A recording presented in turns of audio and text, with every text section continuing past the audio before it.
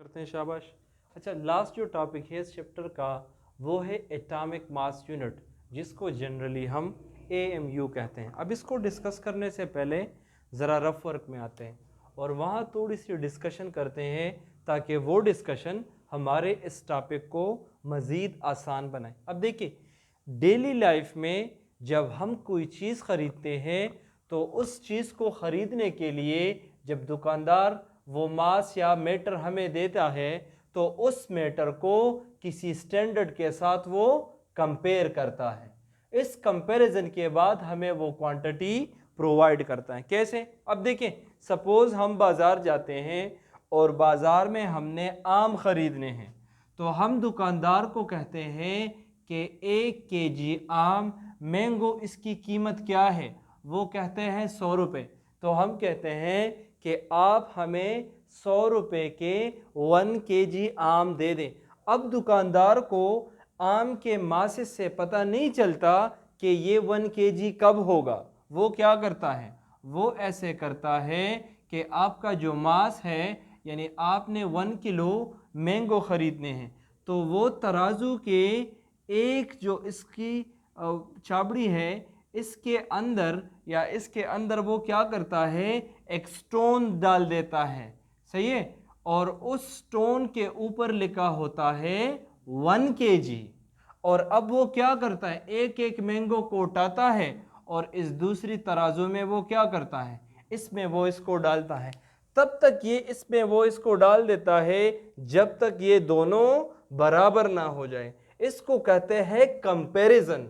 तो कायनात में, इस दुनिया में, हम जब किसी भी चीज़ की ख़रीदो फरोख्त करते हैं तो हम उस क्वांटिटी को किसी दूसरे क्वांटिटी के साथ क्या करते हैं, कंपेयर करते, तब जाके हम उसकी एनालिसिस करते हैं। अगर आपने कपड़ा ख़रीदना है, आप दुकानदार से कहते हैं कि मुझे 5 मीटर का कपड़ा चाहिए, तो वो 5 मीटर का कपड़ा वो ऐसे नहीं दे सकता, बल्कि वो उसे प्लाटीनियम इरिडियम का जो स्टैंडर्ड मीटर राड बना है उसके साथ क्या करता है, कंपेयर करता है, खींचता है, और उसके बाद आपको कहता है कि ये आपका 5 मीटर का कपड़ा है।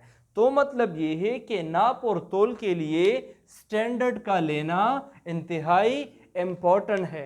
तो जब आप नॉर्मल मासेस की कैलकुलेशन करते हैं वो हम किलो में करते हैं, क्योंकि किलो एक बड़ा यूनिट है और ये हम उन चीज़ों के लिए करते हैं जो हमें सामने नज़र आते हों, जिनकी हम कैलकुलेशन बाई किलो करते हैं। चीनी आपने ख़रीदनी है, आटा आपने ख़रीदना है, इसके अलावा वेजिटेबल्स आपने ख़रीदनी है, तो आप किलो का इस्तेमाल करते हैं। लेकिन अगर आपसे कोई क्वेश्चन करे कि मुझे सोडियम के एटम्स तोल कर दे दें, अब वो आपको नज़र नहीं आते, उसकी मास इंतहाई कम है। अगर उनकी मासेस इंतहाई कम है तो आप बड़ा स्टैंडर्ड इस्तेमाल नहीं कर सकते।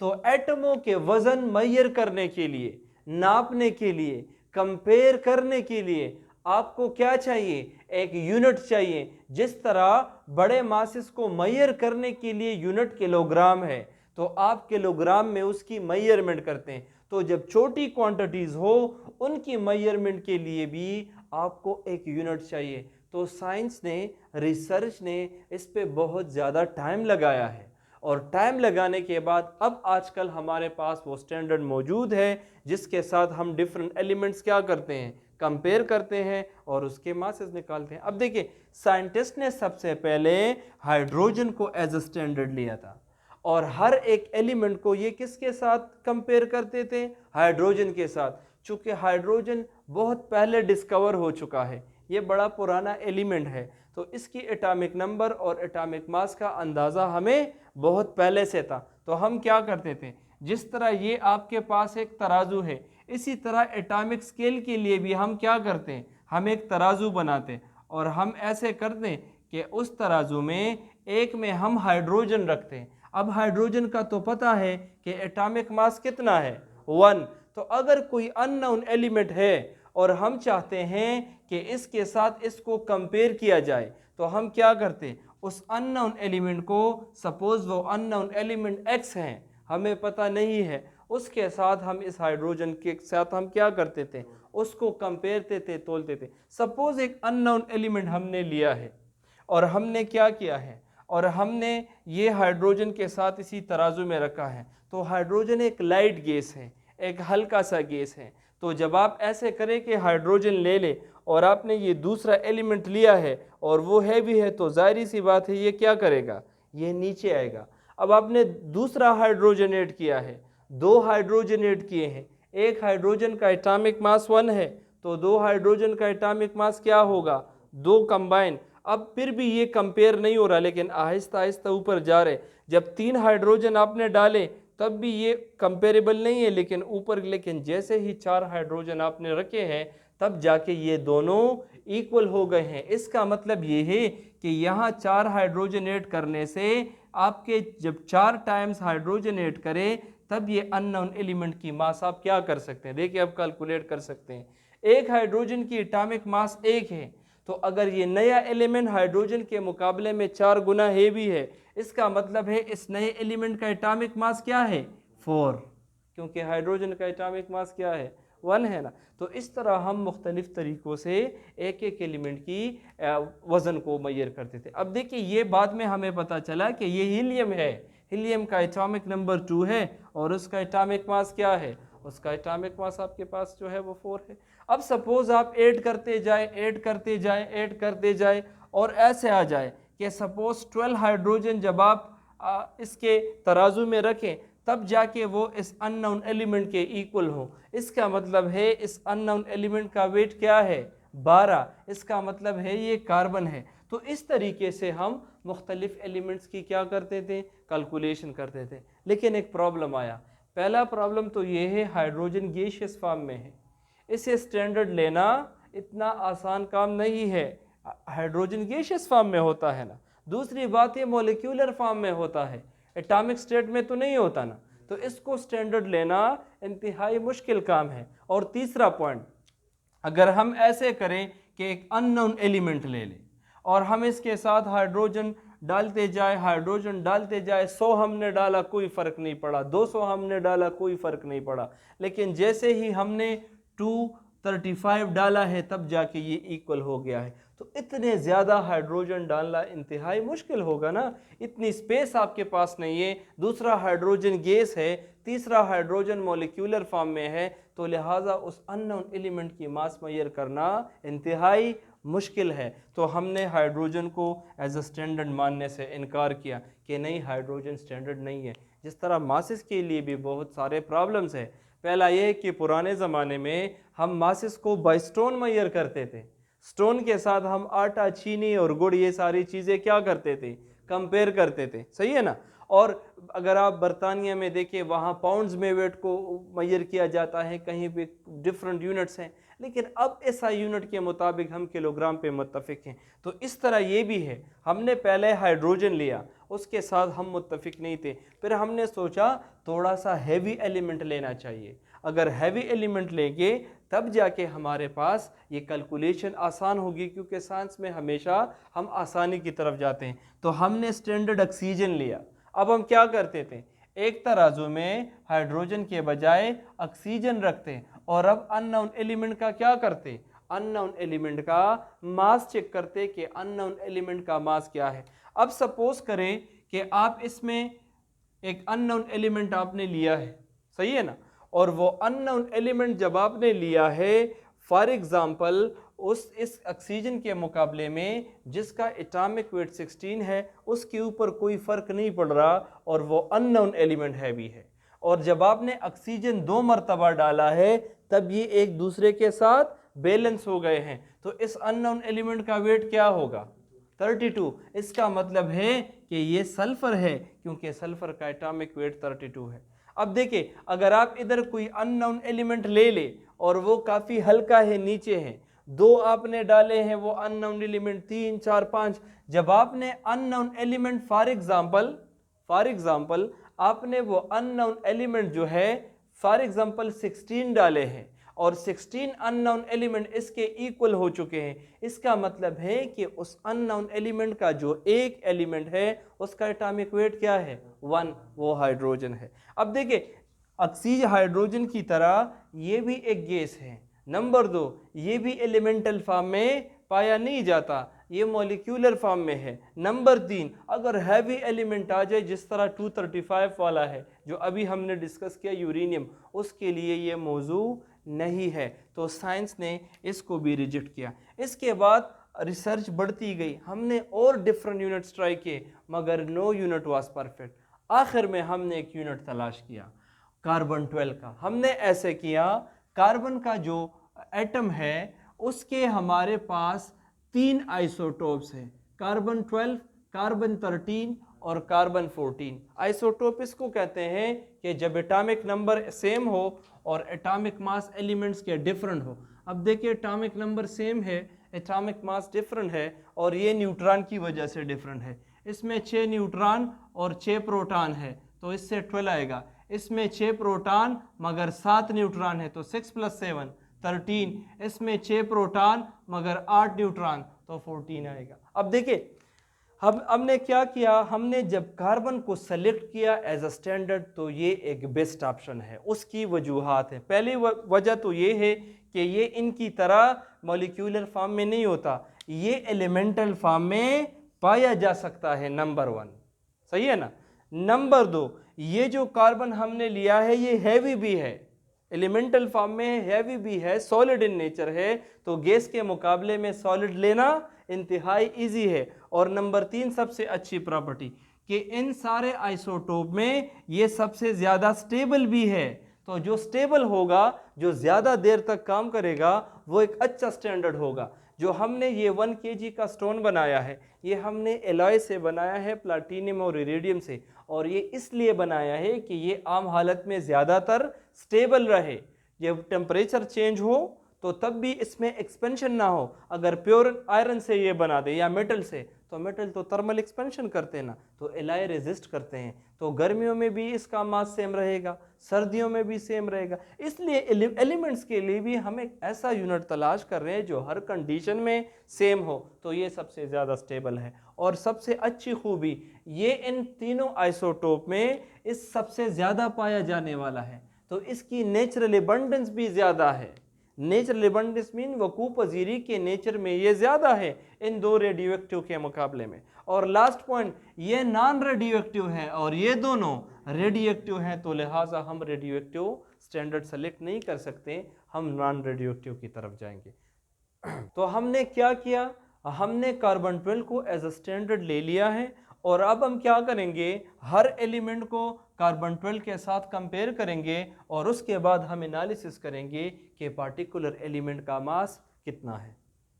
डबल तो अच्छा, इधर देखिए शाबाश, अगर हम ऐसे करें अगेन कि इस अननोन स्टैंडर्ड का जो हमें मसला था, अब हमने उसे कार्बन 12 के साथ हल कर दिया है। ये हमने कार्बन 12 लिया है और ये हम सपोज करें हमने कोई अननोन एलिमेंट डाला है। सपोज करें वो अननोन एलिमेंट x तब कार्बन के इक्वल होगा जब कार्बन के 2 स्टैंडर्ड रखे जाए, यानी ये एक 2 स्टोन कंसिडर करें। जब 2 स्टोन आप इधर रखते हैं तब जाके ये इस x क्वांटिटी के इक्वल हो जाता है। इसका मतलब ये है कि इस x का अपना वेट कितना होगा, क्योंकि एक कार्बन का 12 है और 2 कार्बन के साथ ही इक्वल होगा। इसका मतलब है इस x का वजन कितना होगा, 24, जो इस तरीके से हमें पता चला कि ये मैग्नीशियम है, क्योंकि मैग्नीशियम का एटॉमिक वेट क्या है, 24 है। अगेन हम ऐसे करें कि इसके साथ कोई अननोन एलिमेंट रख दें और वो अननोन एलिमेंट इस कार्बन के 3 टाइम्स इक्वल हो। इसका मतलब ये है इस अननोन एलिमेंट का मास कितना होगा, एक कार्बन का 12 है तो 3 कार्बन का कितना होगा, 36। इसका मतलब ये है कि ये क्लोरीन है। तो इस तरीके से हमें डिफरेंट एलिमेंट्स के मासेस का पता चल गया है। बाज़ एलिमेंट्स का इतना परफेक्ट नहीं आता, उसको हम अब फ्रैक्शंस में लेंगे, पॉइंट्स में आएगा, डेसिमल में आएंगे, और उसके लिए हम क्या करेंगे, कैलकुलेशन करेंगे। तो वो मेथड जिसमें हम क्या करते हैं, एक एटम की मास को किसी दूसरे एटम के साथ कंपेयर करते हैं, इस तरीकों को कहते हैं रिलेटिव एटॉमिक मास मेथड। यानी हम क्या करते हैं, एक एटम की मास को दूसरे एटम की मास से कंपेयर करके निकालते हैं। इस कंपैरिजन की वजह से इस टॉपिक का नाम है रिलेटिव एटॉमिक मास आपके पास जो प्रोसीजर है। और इसके लिए इस तरीके से हम क्या करेंगे, इस तरीके से अब हम एक यूनिट निकालेंगे जिसको हम कहते हैं AMU। अब देखें जो नॉर्मल मासेस है उनकी मासेस के लिए यूनिट क्या है, किलोग्राम। अब इसके लिए भी तो आप क्या करते हैं, एक एटम को दूसरे एटम से कंपेयर करते हैं, तो लिहाजा इसके लिए जो यूनिट है उसको हम कहते हैं एटॉमिक मास यूनिट, जिसको जनरली हम कहते हैं AMU। अब देखिए ये जो एटॉमिक मास यूनिट है इसकी हम डिफिनीशन कैसे करेंगे। इसको समझने से पहले आप कंसिडर करें कि ये कार्बन 12 है। आप क्या कंसिडर करें, ये कार्बन 12 है, तो कार्बन 12 से मुराद कि कार्बन के 12 हिस्से हैं। कितने हिस्से हैं, 12 हिस्से हैं। सपोज आप कंसिडर करें कि कार्बन के ये 12 पार्ट्स हैं, 4 4 एंड 4। कार्बन के जो 12 स्टैंडर्ड आपने लिया है उसके 12 हिस्से हैं, मतलब एक कार्बन जो है वो 12 AMU के बराबर है। कितने MU के बराबर है, क्योंकि वो उसके 12 हिस्से हैं। अब हम क्या करते हैं, हम हमेशा एक क्वांटिटी का जो यूनिट है सबसे स्मॉलेस्ट यूनिट लेते हैं। अब देखिए जिस तरह आपके पास 10,000 kg का एक वेट मास हो सकता है, 5,000 का हो सकता है, 3,000 का हो सकता है, मगर स्टैंडर्ड उसके लिए क्या है, 1 kg। अब देखिए डिस्टेंस का सेंटीमीटर, माइक्रोमीटर, नैनोमीटर, किलोमीटर या सिर्फ मीटर या माइल्स हो सकते हैं, लेकिन बुनियादी स्टैंडर्ड क्या है, मीटर। इस तरह है ना। तो इसके लिए भी एटॉमिक मास जो कार्बन 12 का है वो तो 12 AMU के बराबर है। इसके लिए सबसे छोटा यूनिट क्या होगा, तो 1 AMU। सबसे छोटा यूनिट कौन सा होगा, 1 AMU। और उस 1 AMU को हम किस तरह डिफाइन करेंगे कि 1 AMU क्या है। तो उससे पहले कि हम डिफाइन करें, आप कंसिडर करें अगेन कार्बन के ये 12 हिस्से, तो 1 AMU किसके इक्वल होगा, कार्बन के जो 12 हिस्से हैं उन 12 हिस्सों में जो एक हिस्सा है वो किसके बराबर है, 1 AMU के। तो मैं कह सकता हूं कार्बन के जो 12 हिस्से हैं उन 12 हिस्सों में जो एक हिस्सा है वो कितने MU के बराबर होगा, 1 MU के। तो मैं कह सकता हूं कि 1 carbon is equal to 12 AMU। 1 carbon is equal to 12 AMU, या मैं इस तरह भी कह सकता हूं आर रिवर्स में लिखे कि जो 12 AMU का मास है वो कितने कार्बन का है, एक कार्बन का है। अब अगर आपने एक AMU के लिए यूनिट निकालना है तो आप इस 12 को क्या करें, इस 12 को बोथ साइड पे डिवाइड करें, तो ये दोनों क्या हो जाएंगे, कैंसिल। तो यहां से क्या आएगा, 12 बाय 12 से 1, so 1 AMU is equal to 1/12 part of carbon. देखिए हमने अब डिफिनीशन निकाल लिया है। 1 AMU की क्या डिफिनीशन है, कार्बन के 12 हिस्सों में से एक हिस्से को 1 AMU कहते हैं। तो देखिए 1 AMU is equal to 1/12 part of carbon. Carbon के 12 हिस्सों में जो एक हिस्सा है वो 1 AMU के इक्वल है। और अब ये टेस्ट पॉइंट ऑफ व्यू से बहुत ज़्यादा इंपॉर्टेंट है, और अब हम एक एक एलिमेंट की इसकी मासेस निकालेंगे AMU में और इसको ग्राम्स में कन्वर्ट करेंगे। तो अब देखें उस 1 MU को हम अगर थ्योरेटिकली डिफाइन करें तो देखिए 1/12 पार्ट ऑफ कार्बन 12, जो कार्बन 12 एक स्टैंडर्ड है ये वाला, उसके 12 हिस्से हैं। उस 12 हिस्सों में से जो एक हिस्सा है 1/12, यानी उसका जो एक हिस्सा है वो 1 MU के बराबर है। तो अगर जनरली आपसे कोई पूछे, बस आप कहे 1/12 ऑफ कार्बन, यानी कार्बन 12 का जो 12वां हिस्सा है उसको 1 MU कहते हैं। अब देखिए ये एक रिलेटिव स्टैंडर्ड है, और इस रिलेटिव स्टैंडर्ड के साथ हम मुख्तलिफ एलिमेंट्स के मासेस को कंपेयर करेंगे और उस लिहाज से हम उनके मासेस निकालेंगे। अच्छा, अब MU को मास में कन्वर्ट करना या मास को MU में कन्वर्ट करना, इसकी कन्वर्जन से पहले हम सबसे पहले थोड़े से बैकग्राउंड में जाएंगे, एक पॉइंट सीखेंगे, दोबारा MU की तरफ आएंगे। डायरेक्ट नहीं करवाएंगे, फिर आपको समझ नहीं आएगा। तो पॉइंट ये है, बाज़ औक़ात हमसे पूछा जाता है कि एक कार्बन एटम का मास क्या होगा, एक कार्बन एटम का मास क्या होगा। अब इधर देखें, जब आप ये कहें कि आपके पास 1 मोल कार्बन हो तो 1 मोल कार्बन का वजन कितना होता है? हाँ, 1 मोल कार्बन का वजन है 12 ग्राम। हमने लास्ट टाइम मोल में ये डिफाइन किया था कि जब भी किसी एटम के एटॉमिक मास के साथ, अब कार्बन का एटॉमिक मास 12 है, जब इसके साथ ग्राम लग जाता है तो ये मोल के इक्वल हो जाता है। मतलब ये है कि इस 12 ग्राम में नंबर ऑफ पार्टिकल्स की या नंबर ऑफ एटम्स की तादाद इतनी है, इसलिए इसको 1 मोल कहते हैं। तो देखिए, अगर 1 मोल कार्बन है उसका वजन कितना है? 12। अभी हमने एमयू में ये डिफाइन किया कि 1 कार्बन 12 एमयू के बराबर है, तो ये 1 कार्बन की तो बात नहीं है ना, ये 1 मोल कार्बन की बात है, और 1 मोल कार्बन का वजन 12 ग्राम है। अब हमने उधर 12 एमयू लिया है, तो हमें एक छोटा यूनिट चाहिए ताकि हम क्या करें, उसकी मदद से डिफरेंट एलिमेंट्स की एमयू से मास में और मास से एमयू में कैलकुलेशन करें। तो देखिए, अगर 1 मोल कार्बन है तो 1 मोल कार्बन 12 ग्राम के बराबर है। तो मैं कह सकता हूं कि इस 12 ग्राम कार्बन, जो कि ब्रैकेट में मैं लिखता हूं, जो कि 1 मोल है, उसमें नंबर ऑफ एटम्स की तादाद कितनी है? 6.02 और पावर 23 एटम्स ऑफ कार्बन। लेकिन क्वेश्चन में क्या है? 1 कार्बन एटम का मास कैलकुलेट करें। तो अब तो बहुत इजी है, इतने एटम्स का कैलकुलेट ना करें। ये जो 1 मोल कार्बन है उसका वजन 12 है, ये 1 कार्बन एटम का नहीं है, 6.02 पावर 23 कार्बन एटम्स का है। तो इन अदर वर्ड्स हम ऐसा लिख सकते हैं ना कि इसको पहले लिखें कि जब हमारे पास 6.02 पावर 23 एटम्स होते हैं कार्बन के, तो उन कार्बन एटम्स का वजन कितना होता है? 12 ग्राम। शाबाश, वेल डन, 12 ग्राम।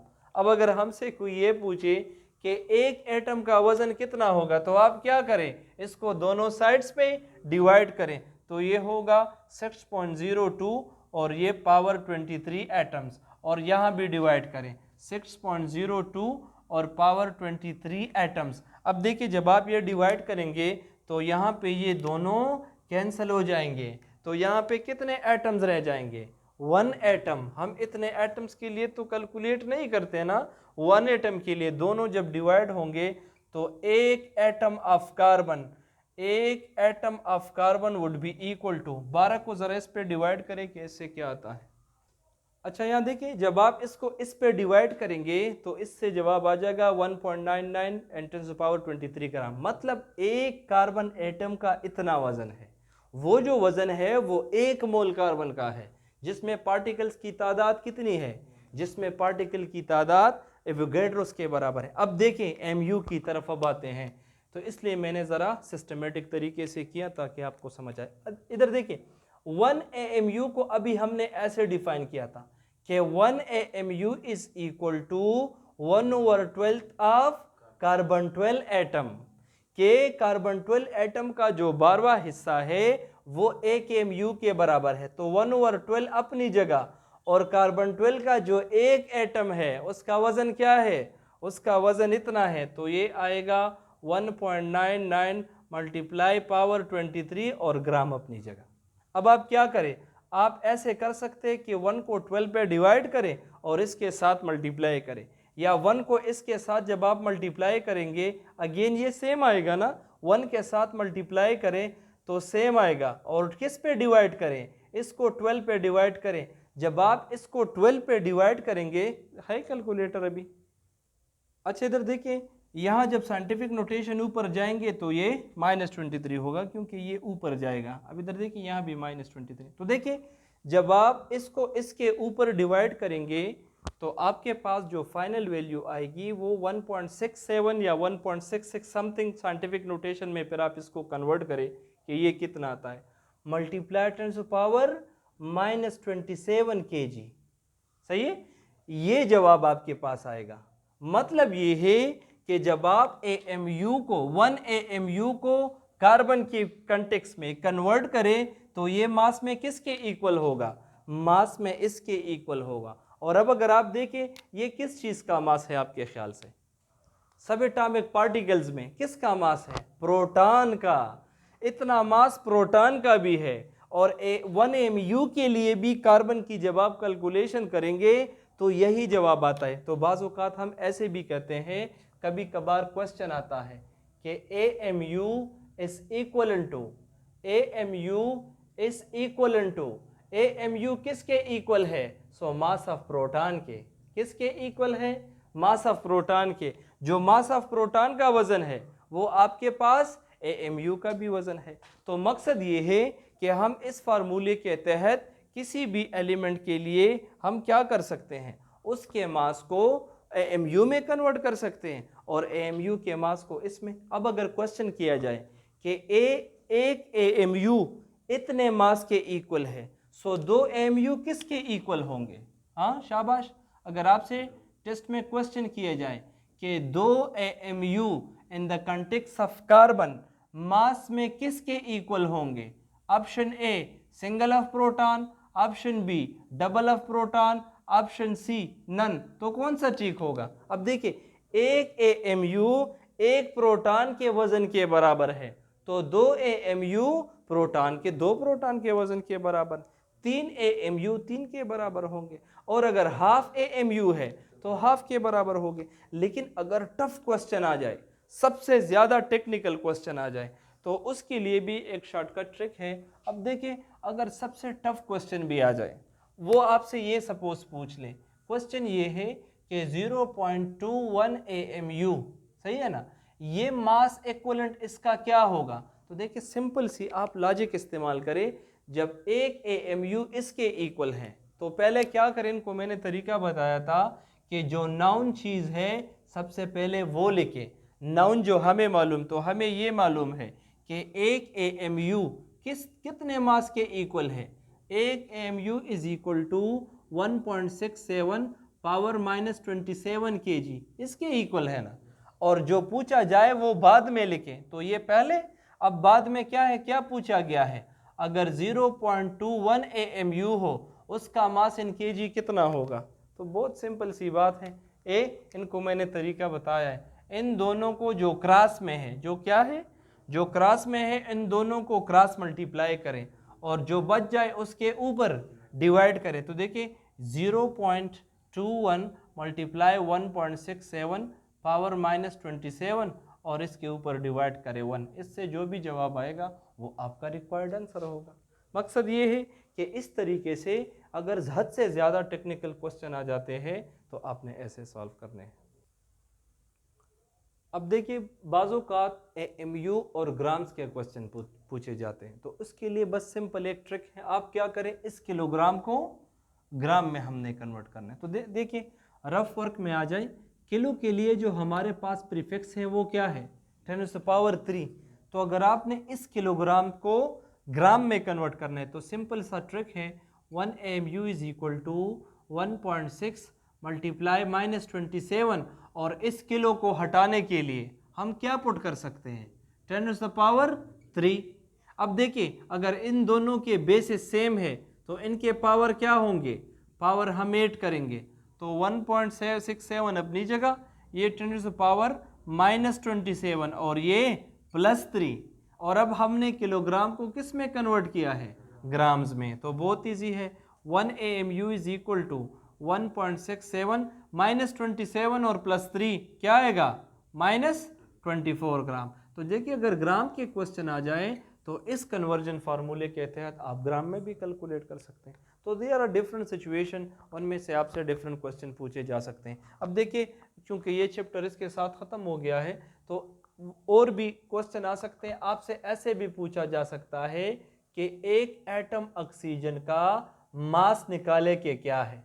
एक ऑक्सीजन एटम का मास निकाले कि वो कितना है, या एक ऑक्सीजन एटम का मास जो है वो आप AMU में कन्वर्ट करें। अब देखिए वैसे तो ये जिस तरह कार्बन का 12 मास है वो 12 AMU है, तो ऑक्सीजन का जो अपना मास है वो 16 AMU है। लेकिन अगर एक एटम के लिए पूछे तो सेम प्रोसीजर की मदद से आप क्या कर सकते हैं, इसकी कन्वर्जन कर सकते हैं। लेकिन इसके ज़्यादा क्वेश्चन इसके मास के लिए आते हैं। एक नाइट्रोजन एटम का मास कितना होगा, एक सोडियम का, एक एल्यूमिनियम का। तो इसके लिए हमेशा ट्रिक जो है सबके लिए सेम है। तो देखिए एक ऑक्सीजन एटम, उसकी अगर आप वैसे जनरली मास देखें वो 16 हम ऐसे कंसिडर करते हैं, लेकिन इस 16 के साथ जब हम ग्राम लगाते हैं तो ये 1 मोल ऑक्सीजन का मास है, ये एक ऑक्सीजन का नहीं है। और हमने ऑलरेडी पढ़ा है कि कोई भी चीज़ अगर 1 मोल हो उसमें नंबर ऑफ पार्टिकल की तादाद पावर 6.02 पावर 23 है, मतलब ये 16 ग्राम एक एटम का नहीं है। तो हम कहेंगे कि 6.02 पावर 23 के जो एटम्स है ऑक्सीजन के, उसका मास 16 ग्राम है। उसका मास कितना है? 16 ग्राम। अब हमने एक एटम के लिए कैलकुलेट करना है, तो आप दोनों साइड को 6.02 पावर 23 पे क्या करें, उस पे डिवाइड करें, शाबाश, तो ये कैंसिल हो जाएगा। सो 1 एटम ऑफ ऑक्सीजन, ऑक्सीजन का जो एक एटम है वो फिर आप ये घर में कैलकुलेट करें, इसको इसके ऊपर डिवाइड करें और ये प्रीफिक्स जब ऊपर चला जाएगा तो ये -23 में चला जाएगा। इससे जो भी जवाब आएगा वो एक एटम के लिए होगा। तो ट्रिक क्या होगा? अब तो वैसे ये तो थ्योरेटिकल इंटरप्रिटेशन है, तो टेस्ट में आपने ये सारी कैलकुलेशन नहीं करनी। उसके लिए की ये है कि जब भी आपसे एक एटम एक्स, कोई भी अननोन एलिमेंट है, हमने कार्बन और ऑक्सीजन के लिए है, तो ट्रिक ये है कि आप क्या करें, उसका मास इन ग्राम ले लें। मास इन ग्राम जो उसके पीरियोडिक टेबल में उसके ऊपर है। अगर एल्यूमिनियम का पूछे तो हम इधर 27 लगाएंगे, अगर सोडियम का पूछे तो 23 लगाएंगे। तो डिफरेंट एलिमेंट्स की अपनी वेट है ना, तो उसका मास ले ले और डिवाइड करें किसके ऊपर, एवोगैड्रोस नंबर ऑफ पार्टिकल्स पर। अब देखिए ये कैलकुलेशन करने की ज़रूरत नहीं है। अगर हमसे हीलियम का पूछे तो देखिए आसान ट्रिक है, 1 atom helium would be equal to, periodic table में उसका मास कितना है 4, और डिवाइड बाय एवोगैड्रोस पार्टिकल पे आप क्या करें, डिवाइड करें, जो भी जवाब आएगा वो आपके रिक्वायर्ड 1 एटम का मास होगा। इसके साथ ये चैप्टर ख़त्म हो जाता है।